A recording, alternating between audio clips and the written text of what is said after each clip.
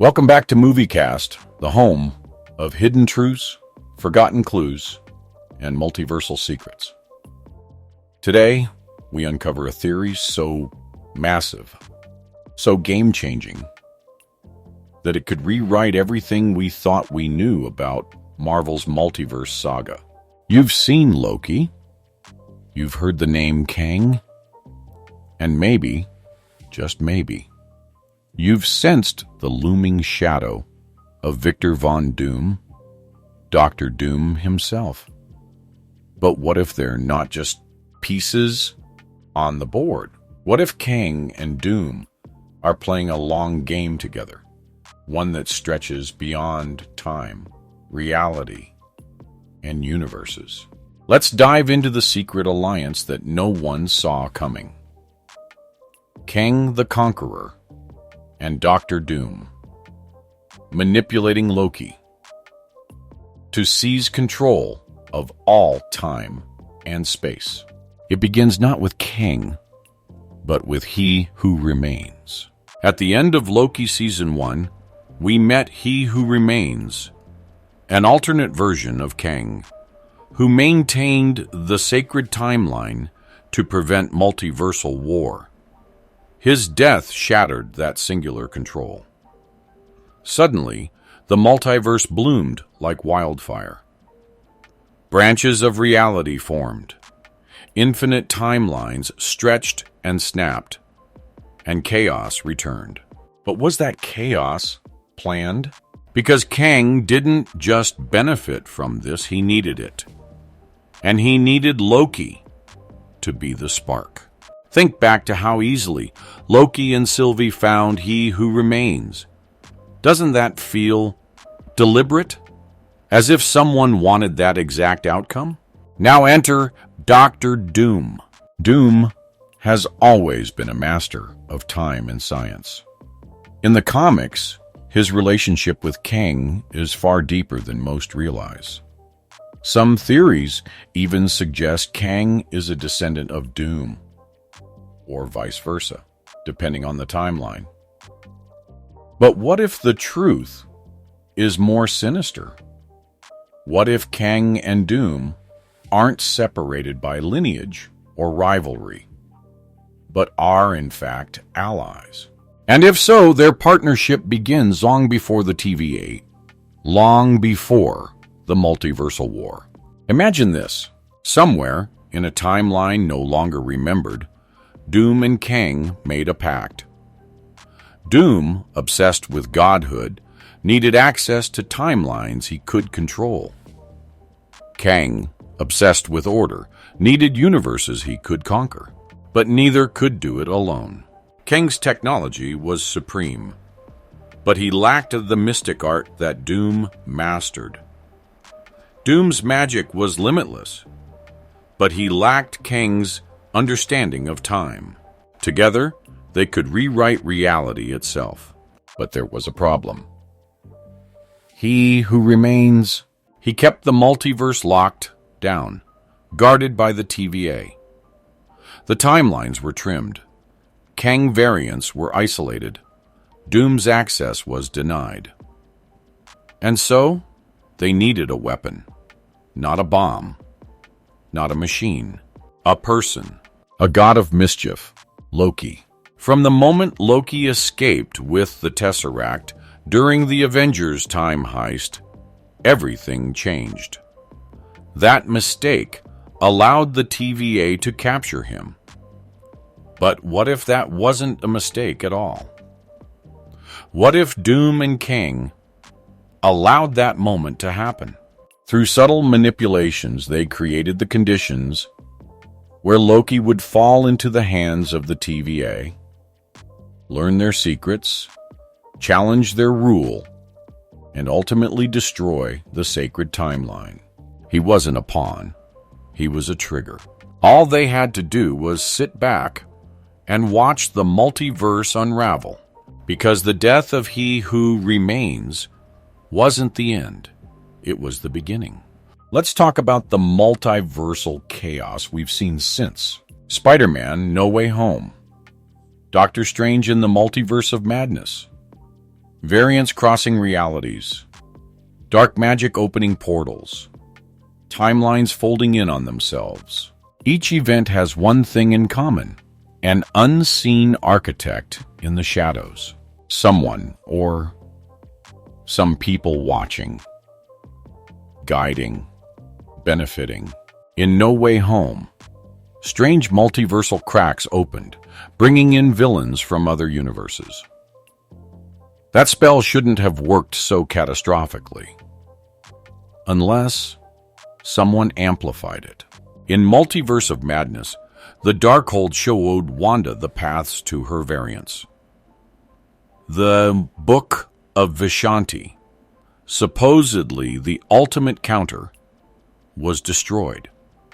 Who benefits when the multiverse becomes uncontrollable? Kang, Doom. This chaos allows Kang variants to rise, and it allows Doom to pick the prime Universe Earth 616 and infiltrate it through shadows, magic, and influence. The heroes are too busy fighting the symptoms. Meanwhile, the disease spreads silently. Now here's where it gets deeper. In the comics, Doom has always sought ultimate power. In Secret Wars, he uses Beyonder energy to become God, Emperor Doom, reshaping reality itself. That storyline is rumored to be the foundation of Avengers' Secret Wars. And guess what? Kang is at the center of Avengers, the Kang dynasty. You see the plan forming? Kang destabilizes the multiverse. Doom collects the pieces. Together, they orchestrate events leading to a collision of realities' incursions. They don't just want war. They want the end of the multiverse, so they can rule whatever remains. But Loki isn't gone from this story. In Season 2, we saw Loki becoming more than a variant. He begins to understand time, begins to control it. His transformation into a Time Walker 1, who connects timelines, who sees all paths, is exactly what Doom and Kang needed. Why? Because Loki is the key. He's the only being now who can traverse the timelines without losing himself.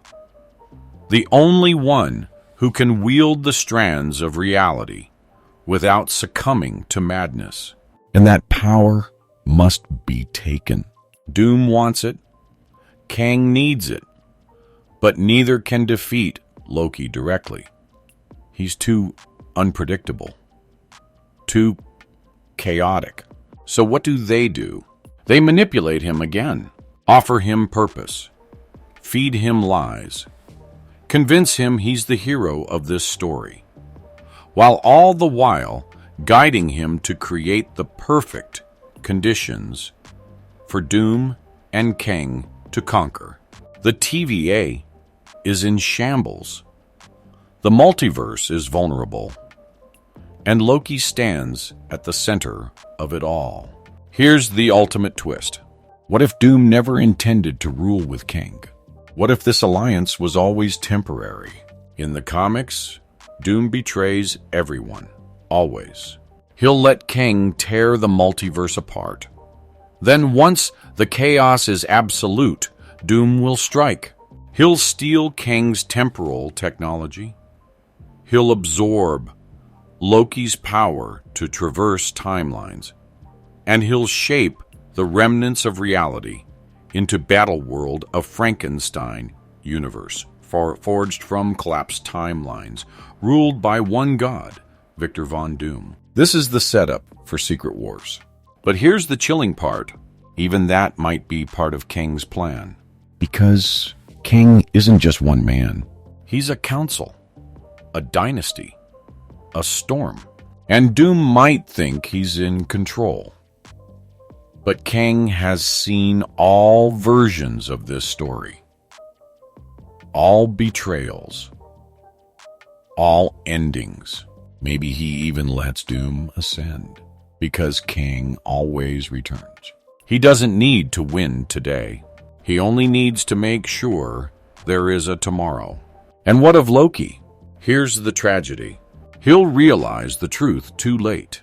He'll see that he was never the villain, nor the hero, but the bridge. The path that led the Conqueror and the tyrant to the throne. But Loki is chaos incarnate. And chaos never plays by the rules. When Doom and Kang make their final moves, when the multiverse hangs in the balance, Loki may be the one wild card that turns the game on its head. Because maybe, just maybe, the god of mischief becomes the god of multiverses. Let's recap what we know. Kang and Doom are not enemies. They're partners, at least for now. They needed the multiverse unleashed, and they used Loki to do it. Every major multiverse event we've seen could be part of their orchestrated chaos. Loki is evolving into a being who can manipulate time itself, and both Kang and Doom want his power. And the alliance is unstable. Betrayal is inevitable. And the final battlefield will be secret wars. The seeds have been planted. The timelines are unraveling. And as Kang rises and Doom steps from the shadows, only one truth remains. Loki was never the problem. He was the plan. Thanks for watching. If you enjoyed this dive into Marvel's secret multiversal conspiracy, hit that like button, subscribe, and drop a comment below. Do you think Doom is already in the MCU, hiding in plain sight? And who do you think wins in the end? Kang, Doom, or Loki? Until next time, keep watching the timelines.